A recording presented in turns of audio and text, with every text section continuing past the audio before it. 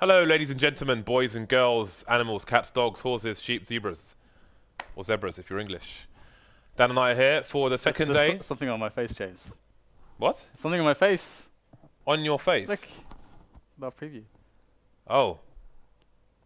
Well. Mr. Producer Reese. The trolling has begun. He's getting bolder and bolder each day, James. He grows bolder in his trolling.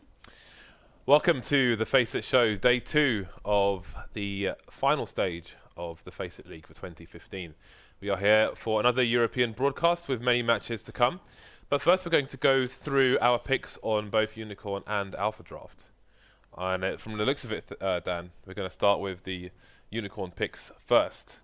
Again, on the Unicorn website, we have there are Unicoins, where you don't need to deposit any money, and you can earn them by answering questions on the site itself. There is a referral code in the chat where you can get some bonus Unicoins as well. Also, we have a bit of a Unicoin giveaway today, Dan. We have a Unicoin giveaway. I believe this code is for the first 20 people, and the code is RushB15, Dan. RushB15. Every time I've been solo queuing only Dust 2 recently, trying to rank back up because I deranked by solo queuing Dan. So maybe my plan is flawed. However, every time, like every time the pistol starts on Dust 2, on T side, someone says, Dan, Rush B. Every single time. Yeah. And I'm like, no, I refuse. I'm not doing that, no. And then they're like, okay, let's not. So you're not a team player, James. I'm not a moron, Dan. It's what I'm not. So we have a daily quest. Oh, as you can see, one of these again. There is trivia to be answered, and again, it's a League of Legends question, Dan. Rumor has it that there are actually Counter-Strike questions here, but I get the feeling it's going to be League of Legends almost every time. I believe it when I see it, James. But this is more entertaining because we can see what kind of record we have answering these League of Legends. We're 1 for 0 at the moment. Maybe we could retire. We'd be like Joel's. We'd be top of the leaderboard. 100% record. You know, only got one question, and then we just retired. Who has a festival skin? I think Volley Bear makes the most sense because bear's in the name, and bears can commonly be found at festivals, James, because there's lots of food, and bears love food. That's my logic. Last time you had even worse logic, but there is mine. Who has a festival skin? What is even a festival? Is that like a case in CS:GO? I would imagine that it's a skin that's kind of like from a festival themed in some way. What? Producer Reese is telling us stuff. The whole idea is, Producer Reese, let me just explain this. What a great start to the show with Producer Reese. The whole idea is, we don't know anything about League of Legends, and he does, so he can watch us. He's not supposed to tell us information. We only said this to him yesterday, like, don't give us clues, but no, he just wants to turn his mic on and just give us all the clues. Anyway, so you think we should choose Volley Bear? Yeah, I think it's probably that one. Let's do it. So wait, really, I think it doesn't tell you if you're right or wrong, Reese. Oh, it lights up the right answer in green, but I don't see any green. Do we not have green on the monitor? Anyway, so but by the looks of it, we were wrong. All I see is black. I'm not talking about my mind. The correct answer was Kassadin. The correct answer was Kassadin. Says Producer Reese. I think that was for the show. He thoroughly enjoyed it. If you could see the smile on his face. He's not even this happy on his birthday. You know, I don't even know what we did last time. Oh no, we won. We got the right answer, and we got our pick right. So yeah, look, we're making that paper. Dan. So this is gonna be train. This is such a weird one. Not only is it a domestic matchup, it's two highly skilled teams that are kind of freshly formed still. I mean, I would like to say EnVyUs here. Look how it's even. I want to pick Titan. But look at the odds on EnVyUs. I really don't know about this. Does that mean like I feel like it's a better value bet for time as for EnVyUs because it's. I don't understand American odds yet. But like, who is favored? Who is favored? The bar in the middle is popularity. So yeah. I think Titan is the underdog here. Yeah, you're right. Yeah, you're right. I think we should go with Titan, but I'm not willing to go all in this time, Dan. We went all in yesterday. We made that paper. Okay, well, last time I picked, so you can pick this time because I didn't agree with you. So I'm gonna try to disassociate myself with this. No, Reese, no. Okay, we've got 30 unicorns. I say bet. Wait, let's put 5 in. I just want to see the possible winnings. Okay, so let's bet. How much do we get if we bet 8? Okay, if we bet 8, we can get 20 coins back. Okay. How much do we even have in total? We have 30. Oh, okay. Okay, let's do that. Let's do 8. Yes, let's do it. But let's have a look at the marketplace to see what people can actually do with their unicoins. So the way unicoins work is essentially every coin, once you try to redeem it for a prize, every coin is essentially a raffle. So you can see there's this epic PC system at the top, which there are almost 19,000 unicoins in there. So that means that there are basically 19,000 raffle tickets. So you could, like we have 22 unicoins in the bank, we could opt to enter with 22 unicoins and we'd have like 22 raffle tickets. Or we could do 5, you know, we could spread our risk across these other ones. So that's what it is essentially. Actually, let's enter for the PC. Let's put some coins in. And basically what we'll do is if we were to win this, then we will give it away. We'll do a raffle and give it away to one of our subs. But I don't think we're gonna win it. Anyway, 11. Oh, let's put 5 in. Let's put 5 unicoins in. So we have a 1% odds of winning. That's really cool. It shows you compared to like the rest of the pool. Although I'm sure it's more like 0.01. But yeah. Anyway, it's certainly going to be tough. So that's the unicorn. I almost forgot how to say unicorn for a second there. That's the unicorn stuff done. So we're going to be coming up to our alpha draft where we have to pick a team and an entire roster. So is it 6 players? Yeah, 6 players on the team. I don't even know how well we did last time because last time I think we actually picked really well. I think we did, but I don't know what the result was. Yeah, we didn't check actually. Maybe we can have a look. We'll have to find out. I don't know if Mr. Producer Reese is ready for us to go into the alpha draft. So actually, I think we should have another quick look at the schedule first, just to see who's playing, because we had 2 teams play twice yesterday. So if we can have a look at that today as well, that would be fantastic. So we can see we've got double fnatic and double TSM and double Titan. So I think we have to just pick. I mean, Envy are playing once. Well, you can tell me if you think we should pick one of them, but maybe, I mean, you favour them against Titan, it seems. So maybe you'll choose to pick an Envy player. But yeah, double Fnatic, double TSM, I think that has to be the lion's share, Dan, of our selection. It's pretty hard, actually, because, so, we have 2 Infernos. So let's look at what TSM... Fnatic are playing Inferno twice, yeah. Kinguin and TSM. So, okay, so look at it, we have to look at it like this. Fnatic are playing twice, Kinguin and TSM, Inferno, both are Infernos. Against TSM, that's, I think, you know, that's pretty up in the air. Who will win that? Because it's just one map, right? And it's Inferno, and TSM are very good in Inferno, so, as are Fnatic. So I don't really think that that's an obvious choice. However, Fnatic, Inferno, Kinguin, I would think that Fnatic would be able to... It's possible for them to have a crushing result there. That's possible. In terms of players, though, we're talking about personal performance rather than team victory. Yeah, right? but if their team gets wrecked, they're less likely to have a lot of frags. Someone's got to get some frags. Or they're going to have way more deaths than otherwise, which would diminish their points. But look at the match we had with... That's a good point. But look at that match we had with TSM and Envy, I was going to say, before you made that very succinct point. Yesterday, it was very competitive all the way on Inferno. So, so let's say... So with Fnatic playing double Inferno, TSM playing Inferno and Dust 2, do we favour more buys towards TSM? Dust 2 being against Titan? I personally think Titan, because I think Titan can have a close game against EnVyUs on Train, and they can play a close game against TSM on Dust 2, whereas Fnatic... whereas TSM are playing Fnatic in one of the matches. I don't know, this is really hard, this one.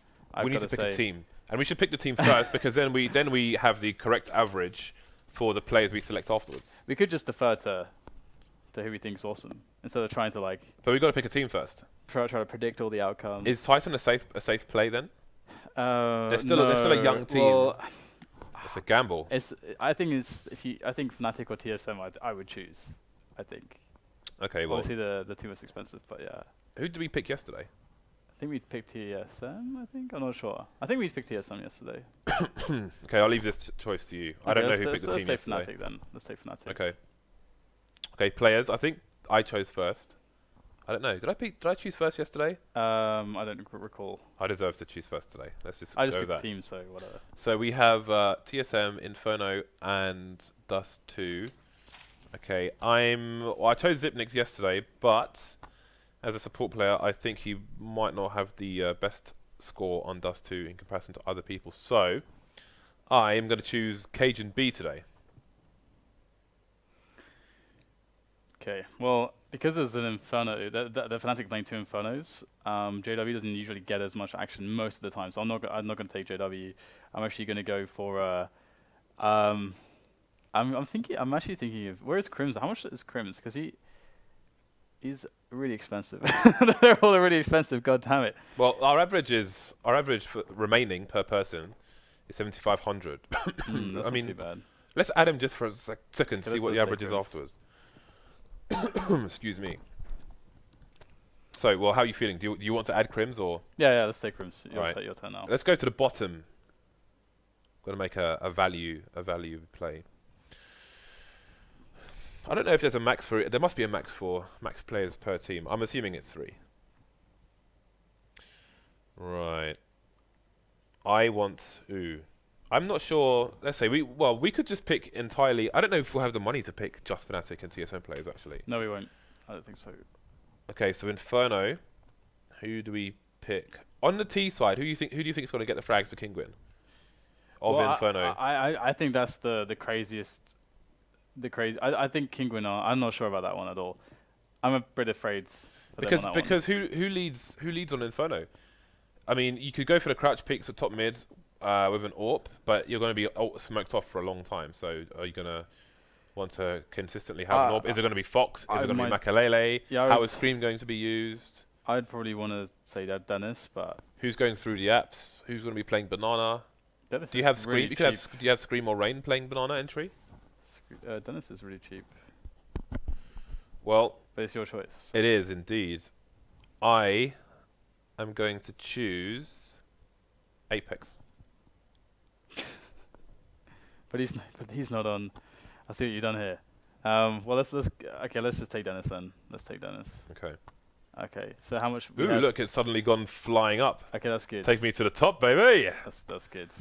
Oh, Flusher. Yeah, I'm buying Flusher because I think he's the best player in the world at the moment. Okay, and then we have 9k left, so we have a wealth of opportunities here. So, I guess I'm gonna take. Oh God, they're playing double Inferno.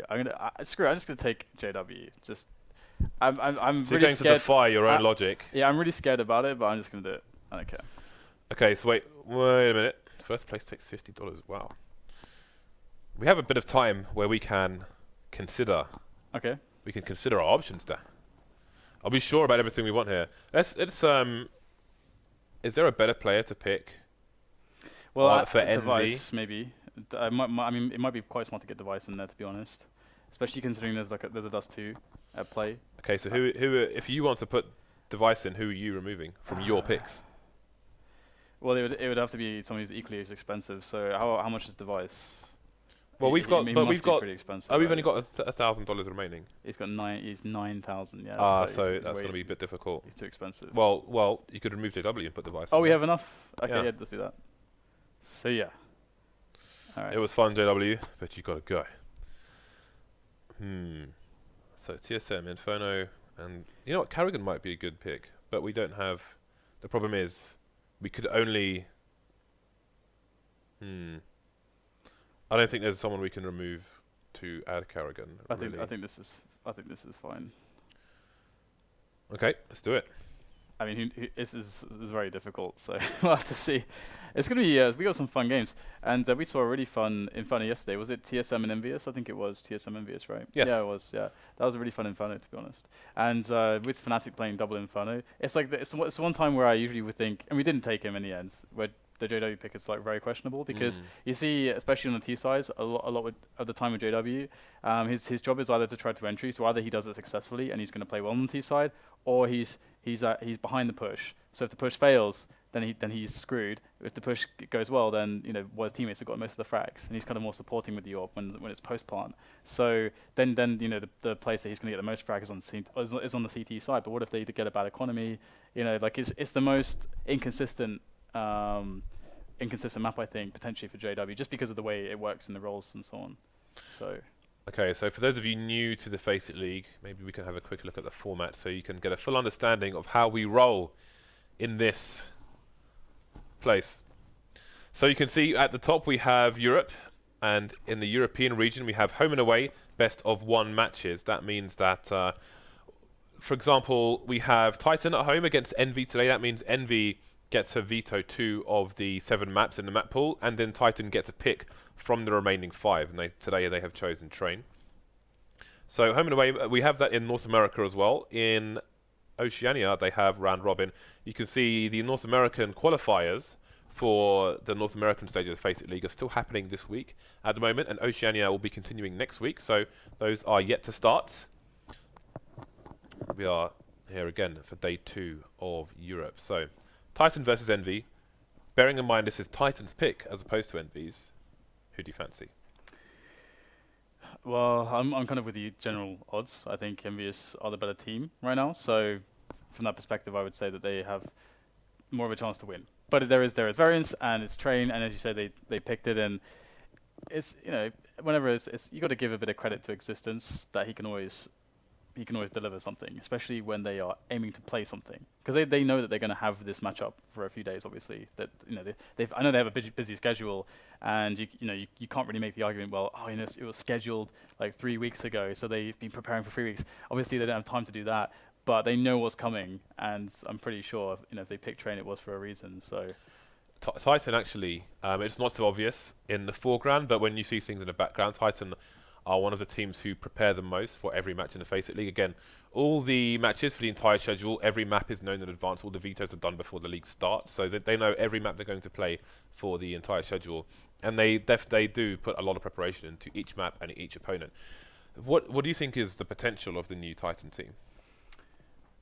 Well, the potential is obviously quite good, but as far as like a raw skill perspective, I think EnVyUs are a bit higher. So I feel like they have to try to. I feel like the potential really comes down to how well they can glue together as a team. Because in the past lineups with Existence, obviously the formula didn't quite work out. The chemistry of the players, and just generally speaking, it didn't work. They had a lot of time with that lineup, and it just didn't come together properly. So I feel like if everybody's on the same page and can be on the same page, that strategically they're going to be able to do a very good job.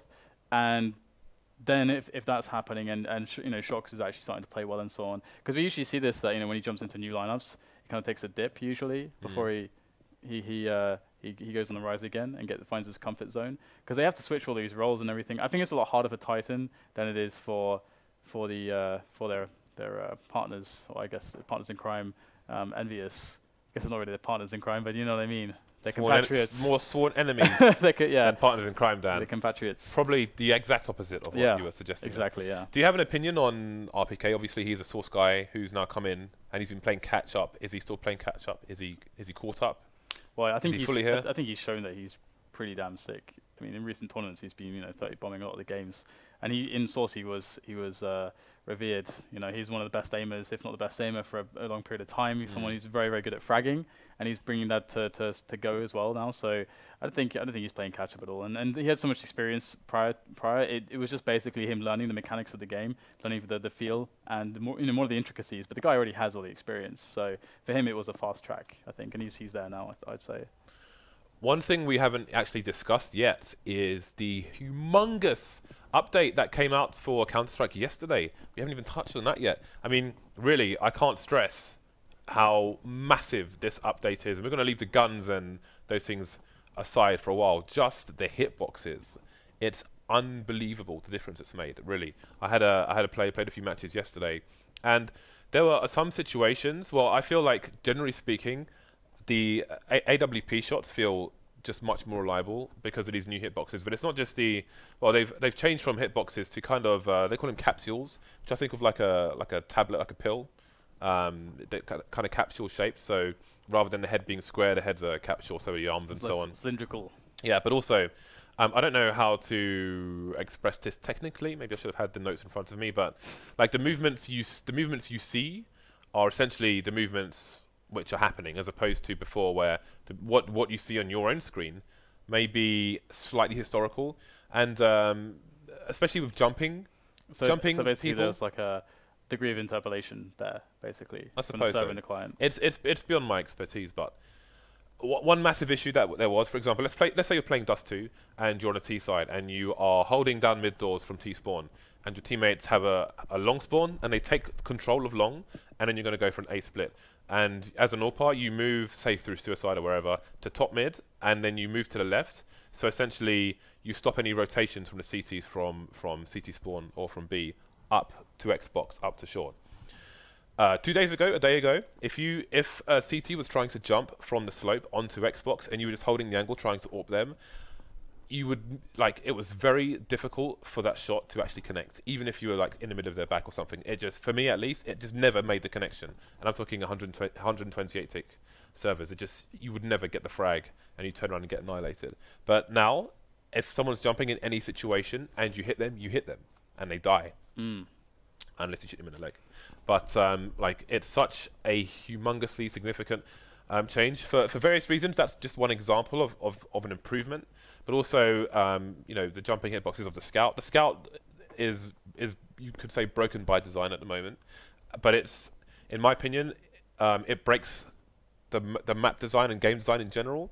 However, it's not so bad now that you can actually shoot people who use the Scout in such a fashion. Let's say at the end of Mirage, it would be very hard to actually hit that shot, not for aim purposes, but just making a connection. But now it works. Basically, you've seen some videos on Reddit as well, where it's like 2 people are jumping, someone gets shot in the head, and they get hit in the head. Where sometimes you might, you know, like, so there were some situations like Dust 2 boxes, which I haven't tried yet, where you would shoot someone, like only the head is showing, and you'd shoot them, but it wouldn't kill them. Maybe it was you know, penetration through the box or something, but I'm hoping those kind of things are fixed as well. It seems that there are some issues. I saw the Danish players were playing around on Dust 2, crouch peeking on the B boxes, and maybe there's some issues to be fixed there, and some FPS things. So there's some teething problems here clearly, but the general, in the grand scheme of things, the long-term things as opposed to the short-term, you know, issues and teething problems, it's a massively impactful change. But then there's the animations as well, which feel weird because they're new. So I think those will take some time to get used to, and then, you know, you won't be thinking about them. The weirdest thing actually is when, for me at least, is when you see someone crouching and they crouch strafing, and their legs just like a spider, just going going here and there. But also I noticed, I don't know if this is just me and it was like this already or not, but like I was with an AK or an AWP, and if I'm crouch strafing right and then I start going left, that just seems like a complete mess. So I'm not sure if that's because of this update or something that maybe I'm just getting paranoid now with all these changes, but that feels really weird to me. Yeah, to be honest, the hitbox thing is such a long time coming, considering how like, you know, popular the game's been on a competitive standpoint for so long now. Because having like trashy hitboxes where it's just ridiculous, right? I'm so happy that they actually are putting a lot of attention to it now. It's really important, and of course, it's also going to help with the variance on pistol rounds, because part of the reason that the pistol rounds were so horrendous, variance-wise, is because you have this issue where skill doesn't directly impact the result, more or less, because it's kind of like you say, you know, sometimes stuff just doesn't connect, like just doesn't. And also, you know, because people are running around, they're jumping around with pistols, so if you have like really godlike aim, you should be able to get an edge there. But because of the way that the jumping works with hitboxes, we're seeing this abused quite a lot. Well, in the past hitboxes, now that it's been changed, it was very easy to basically just absorb shots, and it's just like kind of ridiculous. Yeah. And I saw, for example, a lot of very important rounds won and lost by the fact that people are like dropping in the air, just spraying their gun, and you know, you've got people clearly shooting them, and they should die, but you know, they get this like headshot as they're falling and spraying, and they're kind of invincible and stuff. I've seen people lose like tournaments because of that. I remember Threat with Acer, when they went to a LAN, they actually lost an incredibly important round that ended up losing them the match and their tournament life because of that. So it's pretty good that we're getting there. Of course, it's funny because you know, coming from Quake, like hitboxes were never an issue in that game because it's much more simple, and so you kind of take it for granted. But yeah, it's really nice. And of course, there's always going to be netcode problems because of lag and so on. Like in the last few years, when everything started to explode on the, you know, with all the streaming, everything, all the numbers. What happened is developers started to use anti-lag a lot more, which never used to exist before, which is the idea that if you have the client and the server relation, of course, and if there's no anti-lag, then you'll shoot what you see on your screen, but then there's just this lag, so it's not actually happening, because the server, of course, is trying to figure out, okay, you did this like this many milliseconds ago, but that's not actually what is happening right now. So then, you know, anti-lag is to try to fix this so that what you see is what the server responds to and stuff. So it's like quite complicated. I don't, like you said, I'm out on my depth there, but it's working really well these days. So it actually creates a competitive platform that works for people that can play on 50 ping. Back in 1.6, if you didn't have 30 ping or less, you just can't play, unless you're Adren, basically. But unless you were Adren. So we're just waiting for the players to connect to the server. 1 or 2 of them are having some sort of connection issue, which is why we are talking about the updates at the moment. Hopefully we will be into the match sooner rather than later. But now the other points in this update. One of the most controversial of which I would say is the diffuser jump ropes. I thought you were going to say the M4 actually. No, I think well, let's talk about the diffuser first. Okay. Because obviously, I mean, this is a game that's been around for, I don't know, what, 15 years? And it's had, like, the diffuse no diffuse meta has essentially been the same that entire time. And I don't know if Valve understand the gravity of this change. And, you know, people, whenever there's a significant change in the game, there's always going to be a level of overreaction, which doesn't mean the reaction, generally speaking, is unwarranted, but it's always overreaction and, oh, this is awful, and, you know, everyone calms down to extent, oh, this is okay.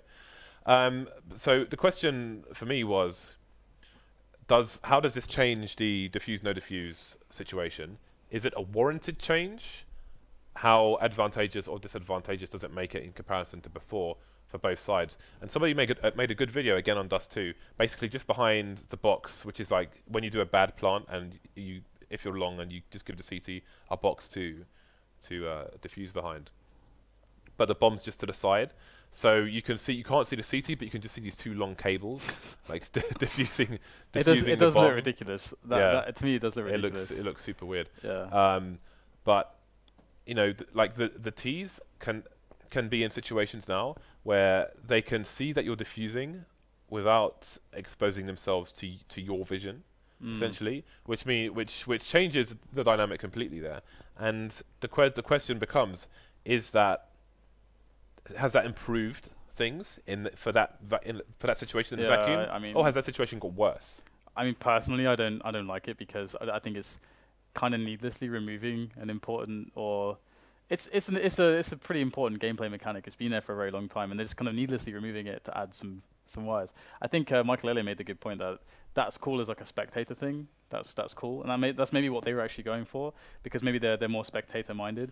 With it seems to try to make it as intuitive as possible. Yeah. Say for someone who has just seen Counter-Strike for the first time. Exactly. Yeah, they're thinking about the wider market. But that said, I think Valve have been pretty good at making sure that they are really tailoring things towards the competitive scene as much as they can, whilst also and kind of prioritizing that, whilst also trying to cater to the wider casual market. Whereas there are a lot of other games where they throw the competitive scene to the wind really, and just focus on the bigger numbers, which is usually the casual players.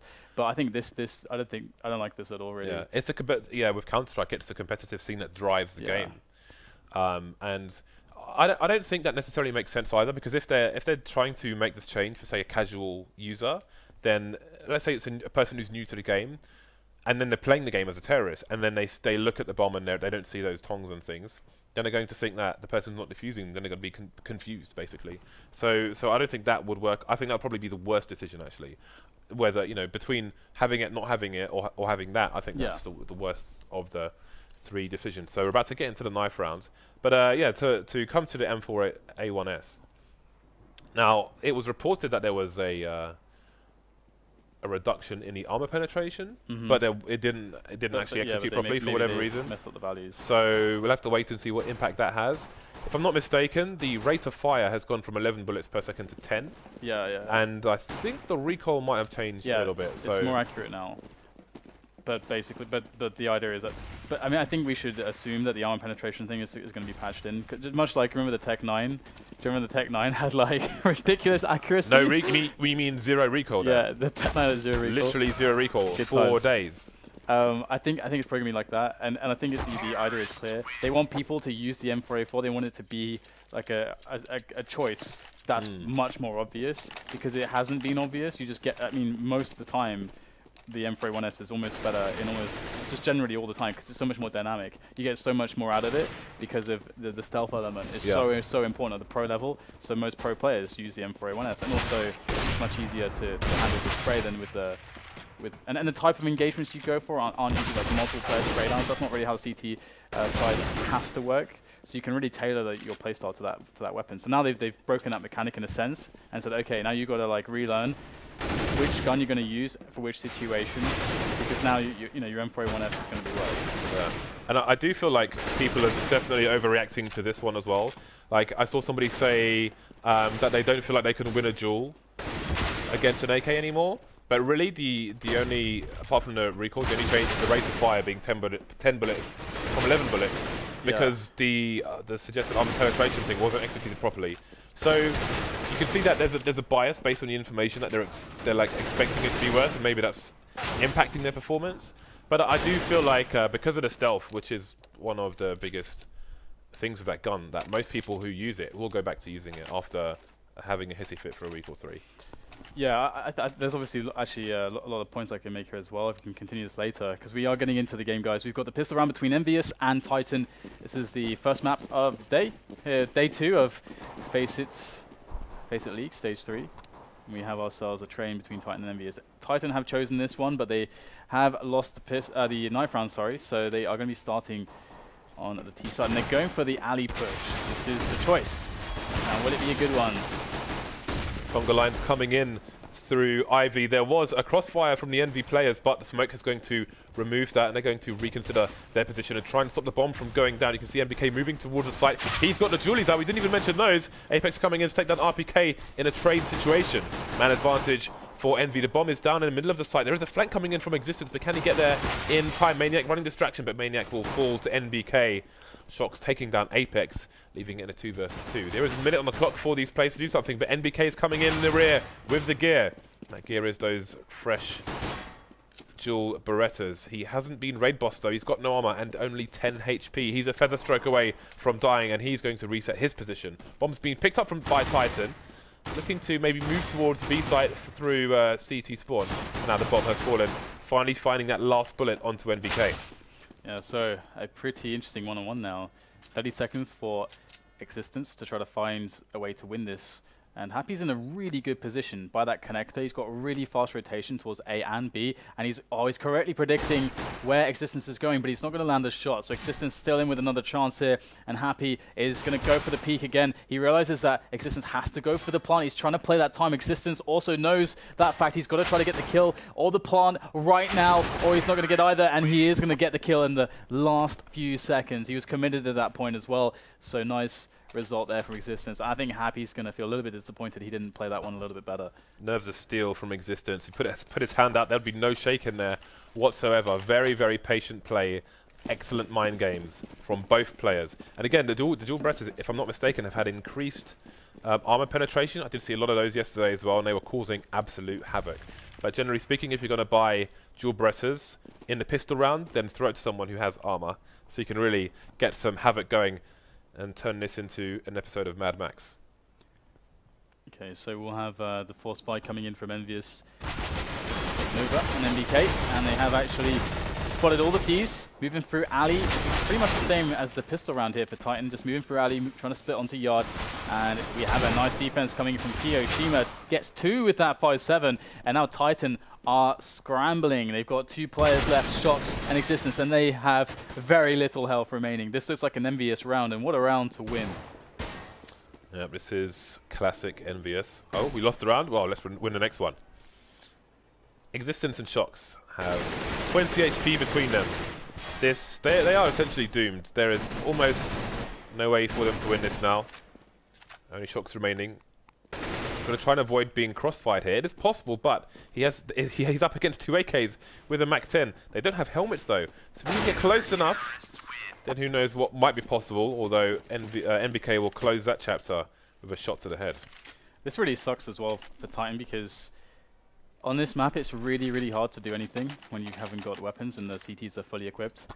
It's really, really hard. I mean, the best chance to really have an impact on your future rounds is to get a bomb down, of course. And the best way to get the bomb down is to go B, but there's no chance that you're going to be able to defend the bomb even if you get it down. So it's just really hard times all around.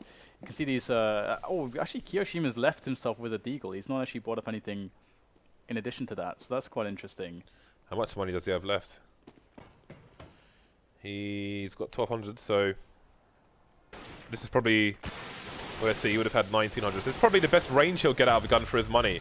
And it's a good map, crouch, spam the deagle. He can have a good time, just get those meat shots to the torso. Happy coming in with 2 frags, and this Titan push is not going anywhere soon, getting squashed like orange in a precedent. You can see exactly how difficult it is to get into yard. It's so hard through those choke points. And EnVyUs, they played it very well, using those ranges to their advantage. And now kioShiMa is going to buy, well, actually, he managed to score an AK from a teammate. So we do have 4 rifles, and, well, NBK still on the P90, but pretty good equipment here for EnVyUs, of course, and Titan going for the full save. So very nice round for EnVyUs, to be honest. I would not expect them to even lose anybody, of course, up against just pure Glocks, pretty much.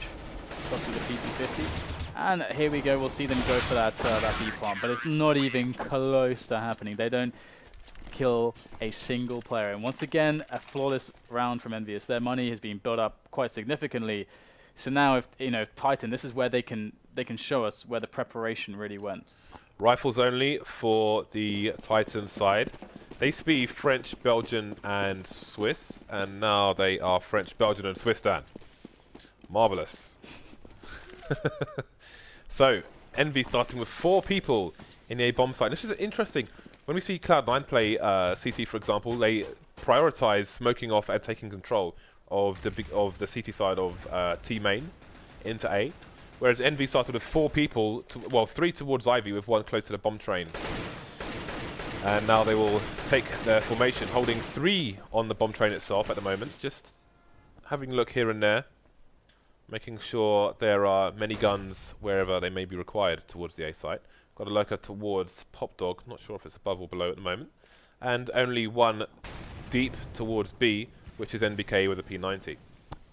We saw some great grenades, some great timing grenades from Team Liquid as well on the CT side of Train this week in the Cluj qualifier. So I'm hoping to see more of that from teams who will have hopefully been observing. So after waiting, Titan maybe trying to invite Envy to have some aggression. They're going to flash their way out of main and make their way onto the site. Yeah, pretty strong entry there. shox is charging in. 2nd kill found by him on the bomb train. That's going to give him a very clean plant. And there is nothing really to stop Titan from winning this round. NBK's put himself that P90. He's managed to get a couple kills on the board, him and Apex. But he's now pinned down by Connector, and he does not like his chances here. He's going to back away. And it's a smart choice. There's no way through that connector area, so he's just going to chill and see what damage he can do if they are going to try and push him. Oh my god! What? Yeah, I didn't know the P90 could do that, James. We saw it the other day. Yeah, we saw it yesterday. Well, he was heavily tagged in fairness, so is RPK, but I think NBK's P90 party will come to an end at least for round 5. Titan make their way onto the scoreboard. May I be the first to welcome them. They can continue the pressure, and Envy just going all in immediately. How dare you win a round? Excuse me, it's 3-2. How dare you win a round? Of course, they want a pistol as well. Sometimes Envy make you forget the way they just win these force buys all the time. It's quite a cool response though. Double AWP. I'm pretty sure they're thinking about this because of the way that Titan just walked out into yard. And if Titan have the same kind of confidence to do a similar play, going into double AWPs, well, that's going to be the best way for the CT side to deal with that. So it makes a lot of sense that EnVyUs went double AWP, I got to say. But the problem is that it's Titan, you know, they're going to show a diversity of strategy here. They're going to actually take over Secret. I wonder if they're just going to harass, maybe jump and then double back into Pop Dog for a yard push in the end, or if they're actually going to commit to this. Looks like they're going pretty deep in the upper area of Secret here, so it does look like they want to commit into this bomb site. NBK is doing some damage here, but he's going to fall, and here it is, Titan. They have taken that B-bomb site. Now, this is going to be really hard for Envy if Titan can get some smokes down, because a retake with 2 AWPs is never what you want. Maybe on Train, though. We'll see if they can get it working. Kenny S gets the first frag, and Apex has found his way around the back, and he's picked up 2. Getting the work in for his team. There's the 3rd one for the M4A4. Who knows if he would have been using a silenced M4 yesterday. Smoke Diffuse comes in as well, and Existence will try to save this gun. Taken down Happy, so a bit of a consolation there. And Envy will take only one of the 2 AWPs through to the next round. So that was Titan had that round for sure, considering how quickly they got the entries and how they locked down the yard, because there was no entry. The only person that was able to actually sneak in was Apex, and that means that there was a lack of communication, or somebody wasn't watching the approach there on that walkway from connector, and that was the problem there. Apex shouldn't be allowed to walk around the back. You could see nobody understood that he was coming. Yeah, he must have pushed for a smoke there, because the standard smoke, the first smoke you throw on the B bomb site, is down this slope here towards connector, which allows you to push deep into the site as well, and potentially flank any CTs coming towards you. It's an M4A4 party, Dan. There is no loyalty here to the silenced M4. It has been swiftly abandoned. So I know NBK was using the M4A4 in recent times anyway, and he will do some nice work for his team. shox ending up suiciding with an assist from NBK. He has died to the world. That is a great Molotov to try and stop the plant from going down. Maniac's going to try and hold it, but has he got enough health? He doesn't. No plant for the Titan, and it's existence versus 4 left in a dire situation. He'll try and survive. Didn't manage to do it last round. Yeah, it would be nice if he gets some damage, but I think EnVyUs are going to be building a lot of bank now. They are going to be very comfortable, and considering they even denied the plant this round, the money is going to be a little bit sketchy here for Titan. Systems will pick up a kill on the outskirts there onto Happy, so his position's been given away. They know more or less where he's at, and Apex is going to finish him off. So really, really awesome stuff here from EnVyUs so far, and you know, showing you why they've been having generally better results than Titan recently. And I think they took to the new lineup much more quickly. And the double AWP is going to be in play once again. And I actually really like it, because Titan might kind of reset the kind of looper strategy where they go back to the beginning again. It's like, okay, the first thing that was really successful, guys, was when we went for that contact play in yard. And again, double AWPs are very good at dealing with that. So let's celebrate. You've got the pistol play from Titan as they just go for a safe one round. Apex having a bit more trouble than usual there, but the rest of his teammates are there to clean up. NBK's opted for the MP9, looking for the long-range kills. Might be a bit more difficult with that one. Never know with him as well. If he hadn't just picked up the M4, I wonder if he would have continued with that MP9. But he's holding B, so probably not the best idea. And in fact, using the M4A4 is quite favourable for all those kind of situations where you might have multiple bodies coming at you. And again, you can see Apex managing to get 3 a few rounds ago after pushing through that smoke. Would have been a bit more difficult, although still doable with a silenced M4. Maybe even easier due to the stealth. Titan looking to go for a fast play towards the B bomb site, maybe just to take initial map control, but Happy's having none of that. Yeah, I actually think that they were going to go for a smoke execute on A, actually, just like, as you say, just a bit of a map control play, and in fact they are dropping down Pop Dog very, very quickly to try to get that play onto that A bomb site, and actually some of these shots are being missed by enemies, but despite that, kioShiMa gets a quick triple to just shut down the remainder of Titan. That AWP shot there from Happy, I think that really, really messed things up for Titan. I really think they were going to try to set up for a smoke execute on the outside. But and it makes a lot of sense, because against a double AWP, you kind of at least guarantee yourself a post plant, hopefully. So that's been shut down now. So I think that Titan might go to that in their next buy round as well. I think that would be smart, but we'll have to see how they approach it, because they have to save once again, and they are in this cycle right now. EnVyUs are just battering them. So Apex going for the long-range spray down versus the eco of Titan. Down 55 is susceptible to a bit of a meat shot. I think the average meat shot with a Deagle was about 51, actually, so he's quick enough. He should be alright. 3 players left. Quickly made to 2, quickly made to 1. RpK with the bomb will get close to the site, but not close to planting by any means. So Envy building a good score so far on the CT side. Again, this was the pick of Titan, losing the knife. They did start on the less favoured side. More importantly, their money is really, really good across the board. 7 to 12k in range. It's very strong. So, okay, are we going to see that outside execute from Titan? What are they going to go for here? They've got existence towards Ali, so it does seem like they, you know, with the guy on Ali, you would expect that they'd try to tie that in with an outside play, but it looks like, I don't know about an execute. Well, there we go. We do get some smokes coming out here from Titan. This is a very, very fast execute. Maniac and RpK will get some entries, but EnVyUs are fighting back here. They're managing to win the war, but now it's back to a 2 versus 2. In comes Maniac from the top of the train, and now it's all on Happy. For once, we're actually going to get a Titan that look like they have an advantage on their T side. Well, they need to make sure they are in a position to trade if possible, but they also need to watch their back. So not just difficult for Happy, it's also difficult for Titan. If Happy finds himself in a position to get 1 frag without being traded, then the bomb still needs to be planted by the remaining Titan player, and the onus goes to them. Bit of panic there. That's perhaps, you know, someone might be flanking. And panic's the wrong word. Concern would be a better one. See Happy just for a moment falling back there to check his flank, but now he's heard the plant sound, but he maybe have incorrectly read that one. And now he understands what's going on, but the smoke comes in from existence. He's taken up position by Popdog. That's strong. Can cover Maniac. Here goes Happy through the smoke. Very well timed flash. That's got him onto the bomb train, and he will find existence. In with that pistol, can't get the kill. And he didn't know if someone was close or far away. Otherwise, he would have had the AWP out if he knew existence was going to be challenging him from there. So very hard position for Happy. Just goes to show that those outside bomb plants on the A yard are so hard to deal with as a CT. And Envy will try to stop them from getting there in the first place. Now we've gone from 2 AWPs to 3. shox going to be picking one up on Titan, as opposed to SmithZz, who you would have probably expected.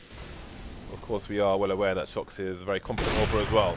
Kenny with a great angle from Ivy to Popdog. Maybe spotted the other player coming out. Happy he's going to take down Maniac. RpK soon to follow to the grave. Titan literally getting bodied in this round.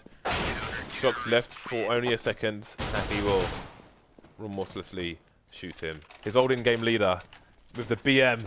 Yeah, and this really, really hurts because, of course, now they're reset. They just won a round with 2 players surviving, and now they lost a round, and it was pretty clean for EnVyUs. So their EnVyUs' bank remains very strong, and Titan, they are deciding to force buy. They know they don't have many rounds left to play with, so they want 2 chances instead of, or 2 or 3 chances instead of just one good one, which I respect. But KennyS is not showing respect there for Titan. Great shot there on the defense of the team-main choke point, and EnVyUs, they look untouchable at the moment. Yeah, I mean, they're changing their early formation in train almost every round. You saw the previous round, Kenny was in the Ivy area, smoked off, looking towards Popdog, getting the first frag. This time he's looking down to team-main, getting very early frags as well. So if you're Titan, you have to be scared as to where Kenny might be looking with that AWP until you get him off it. And that's not happening anytime soon.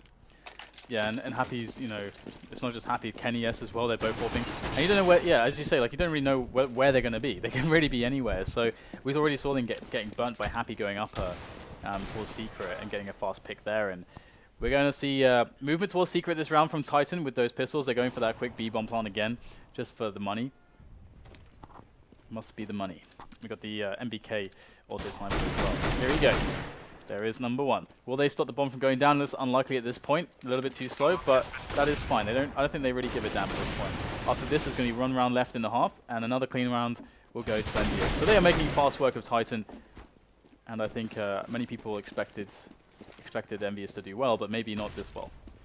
I'm going to rename my auto sniper on the CT side, Dan, and call it Old Dirty Bastard, because I think it is a very apt name. It's really good for no scopes as well. Even if you're like on the A bomb site on Dust 2, no scoping someone as short, it's surprisingly accurate, which just makes it even more fun to use. So coming into the last round now, and we have triple AWPs. NBK's dropped his auto sniper, and he's gone for an AWP as well. So we've got 4 AWPs with Apex here to save the day should he be required for any more 1v3s. Wasn't even a 1v3, just a 3-man. Well. Oh no. And Titan are going for a fast B play, so they pretty much go for the best play possible there, just get themselves straight into that B-bomb site. They're trying to take over the B yard, see if they can get themselves all the way up there, but actually EnVyUs are somehow wiping the floor with them. Wow. Each player with a kill apart from KennyS at this point.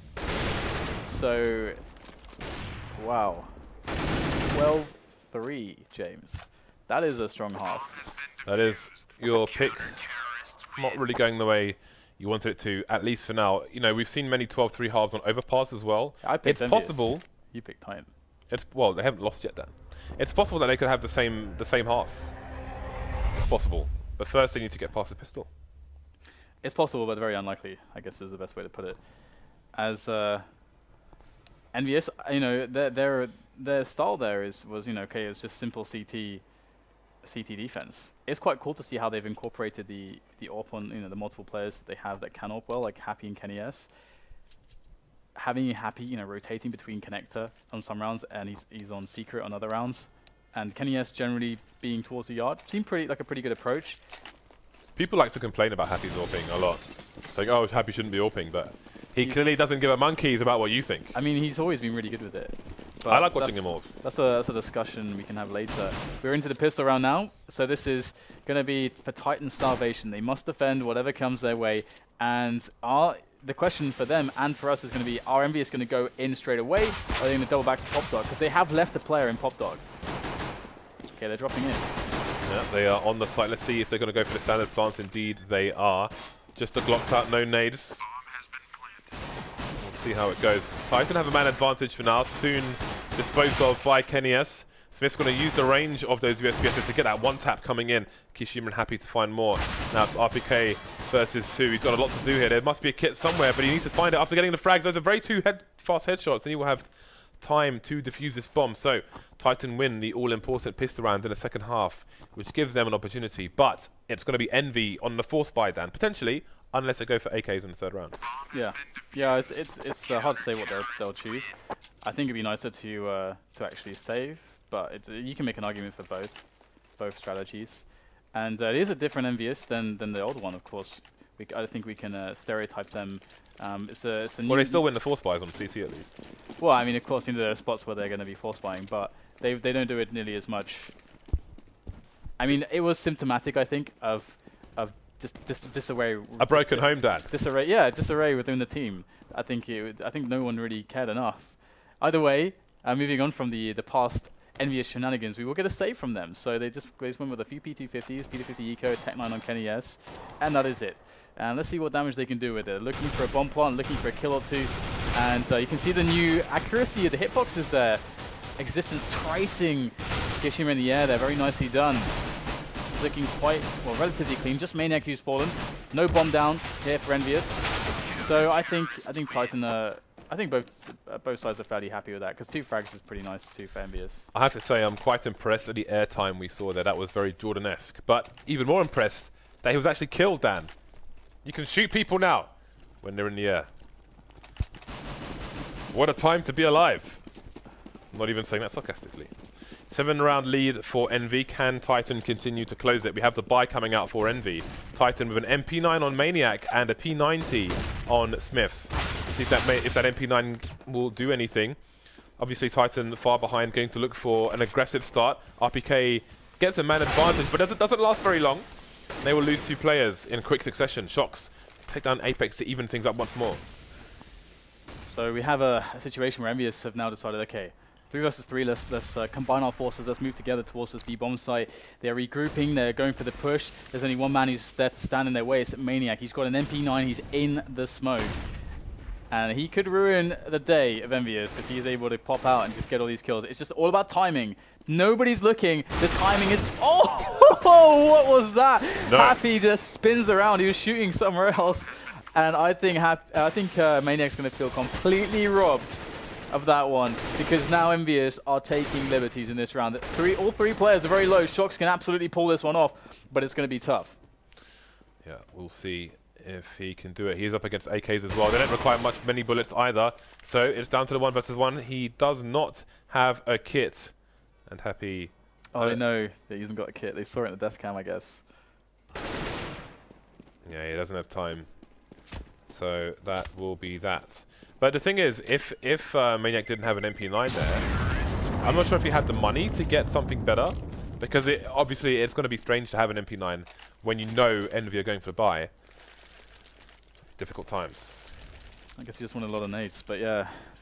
I was actually worried for Happy there, because if his teammates didn't call that there was no kit, he's going to peek after 4 seconds, because after he hears the defuse, he's going to count in his head like 1, 2, because you want to peek at the last possible second to see if they're defusing or not, so you get like a second to kill them.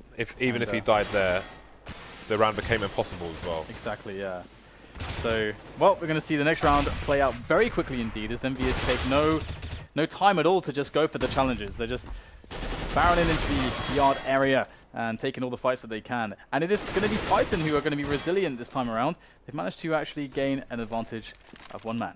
Indeed, but they don't have the advantage on economy at the moment. They are lacking money, so they cannot afford, even if they win this round, to lose many, if any, more players. Otherwise, Envy can continue to pressure and eventually try to get themselves over the hole without a concern as to how many rounds Titan gain.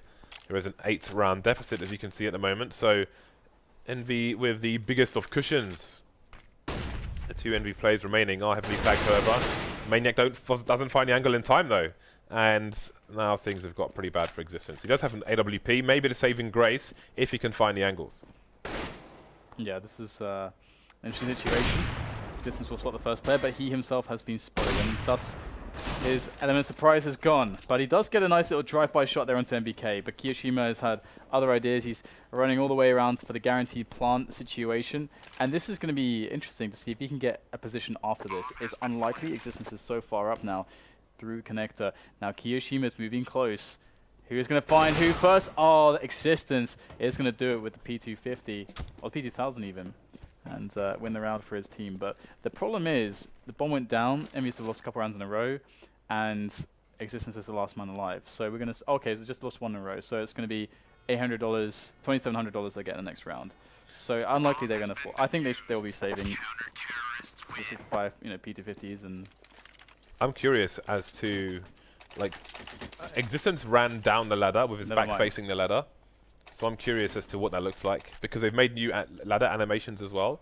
But if somebody's running up and down the ladder, not facing the ladder, what kind of animation does that have? Either way, we are actually going to see a force buy from EnVyUs, so I was completely wrong. Of course, because they killed so many Titan players that they can just continue to pressure the economy. That's the main factor here. They have the cushion to do that. Force buys just really suck on this map, though. Yeah, but they're just going to grind them down. If they can continue, they've got little to lose. It's worth the gamble compared to the round advantage they have. So you get the counterplay from Titan. Maniac with the counter incendiary. He is going to get caught by the side, though. Didn't think to check his rights. And that will be Apex pushing straight up into connector. Very nicely done. That's exactly how you win around like this. Get yourself in connector, kill those CTs. But Existence has found himself a position, and nobody's challenging him just yet. RpK is going to hit a stepping of a happy. He's going to eliminate his position, and that is it. The round will be won by EnVyUs. Sorry, by Titan. EnVyUs, I feel like they could have they could have done a lot worse there. But yeah, bomb down. It was a really good plant as well. It was a really good plant because if Happy gets that kill in connector, then Envy pretty much win the round because they have essentially a crossfire on the bomb being planted on the sides of the train as opposed to the default plant spot. So you can see that they had an idea in mind and it wasn't just like a random push. So Titan, at that point, Titan were lucky to get away with it. Again, if they don't get that frag in connector, they probably lose the round. So what kind of round will we see this time? EnVyUs not going super fast, but they do have players in position around Pop Dog and T Main. And in they go. Actually not taking all that long for them to go for the push. Just going straight out there just with a few grenades. You see the counter incendiaries, but for what? Everybody's dead. It's just Existence who's left alone again. I feel like we've seen this situation before. And EnVyUs look like they are about to take this round. And Existence... What can he do in this position? He's going to find NBK, but now his position has been given up. He has the bomb at the very least, but he's sitting in the tiniest choke point ever. So what on earth does he do here? This is so hard for Existence. Trying to bait out any pre-fires, trying to identify where these players are. Managed to get himself one quick 1v1, but that's going to be that. Again, now all the economic pressure that Envy have done in the previous rounds will pay off. You can see Existence, Maniac, and SmithZz, and shox with next to no money. So what is the play here for Titan? I mean, really, they have to go for a force. Yeah, I mean, there's no other solution really. Playing for the overtime makes less sense because you're spreading this way you can spread the variance a little bit. I mean, if they win a force by now, they have a way better chance to do it than if they save and then win. Then things get, things are much harder. So it does make a lot of sense. So here we go. Titan are going to go close to these spots where EnVyUs have been so fast to push, and RpK will get the frag. Can leave that gun for a teammate. Should they be able to make it there a bit later on? Obviously, they don't want to run the gauntlet just yet. Depending on what Envy are doing, we know they're capable of very quick explosions. So we'll have to see. Now you can see finally there's a Titan player going up to pick up the weapon. That's going to be Existence. He'll take the AK, leave RpK with the M4. And Apex is going to get a blind shot through the smoke onto shox, which is a bit of insult to injury there. RpK going down despite having his rifle. 3 versus 3 though. Apex and Kenyes are heavily tagged at the moment. Distance, maybe he can find the right connection, but he's almost got 3 people to deal with at the same time. Only Maniac remains now as Envy head towards round 15. He's giving himself a 1 versus 1. He could actually win this for his team because he's got the 5-7. There's armor-piercing bullets, and Kenny's only got 25 HP. But where is he? That's the question for Maniac right now. He's going to be able to play from connector those. We talked about this before. It's a nice position as he can hear the bomb plant. And that can allow him to move safely. And Kenyes won't know where he's actually moving in from. So there is the jump, and he goes for the spray. That's very close. 1 HP on Kenny. Can be closer than that. Here comes the defuse there from Maniac. He's going to try to bait Kenny out. Kenny needs to get a fast shot with this Tech 9. He's trying to predict where Maniac's going to be approaching from, but here it is, just playing on the electric box, trying to kill time, but 1 HP for both players now. This is actually absurd. KennyS pulls out the AWP, and this is definitely not the ideal weapon for a situation like this, but Maniac isn't finding him in time. Oh, this is not, there's no time left to make it happen, and unfortunately for Maniac, despite getting the kill, Will he escape? his team will lose the round. He can't go and get the AWP either. That's one of the most insane ends to a round I've seen, where both players tag each other down to 1 HP and then just run around the bomb site until there's no time to defuse. Yeah, that was weird. Oh dear, poor Maniac. Well, 15-7, so EnVyUs are on match point now, and they're looking to close this one out pretty quick. They've got a severe weapon advantage. It's not looking good here for Titan. Let's not sugarcoat this one. Maniac, though, he's in position to do a lot of damage. Can he get that spray down with that AK? Here he goes. Oh, that's a bit anticlimactic. Looks like he's going to go down, and this is looking fairly impossible at this point for Titan to win this match. SmithZz and RpK left. SmithZz has an MP9 versus 3 AKs with support from the FAMAS of RpK, soon to leave. SmithZz has an upgrade again, no kits. And that's that. The GG's come in, then the headshot comes in soon afterwards. 16-7, Envy take the pick of Titan, starting on a more favoured side after winning the knife. So that's our first game out of the way. Yeah. I mean, I expected EnVyUs to win, but I didn't expect it to be that crushing. Of course, you know, we didn't have a very good start on the T side for Titan. So who knows if they would have started CT, if it would have looked a little bit different. But I think you can definitely tell that EnVyUs looks sharper individually. I think that's at least clear from this. All right, guys, so we're going to go to a quick break before our second match of the day, which is going to be fnatic versus Gamers2 Kinguin. See you in a few.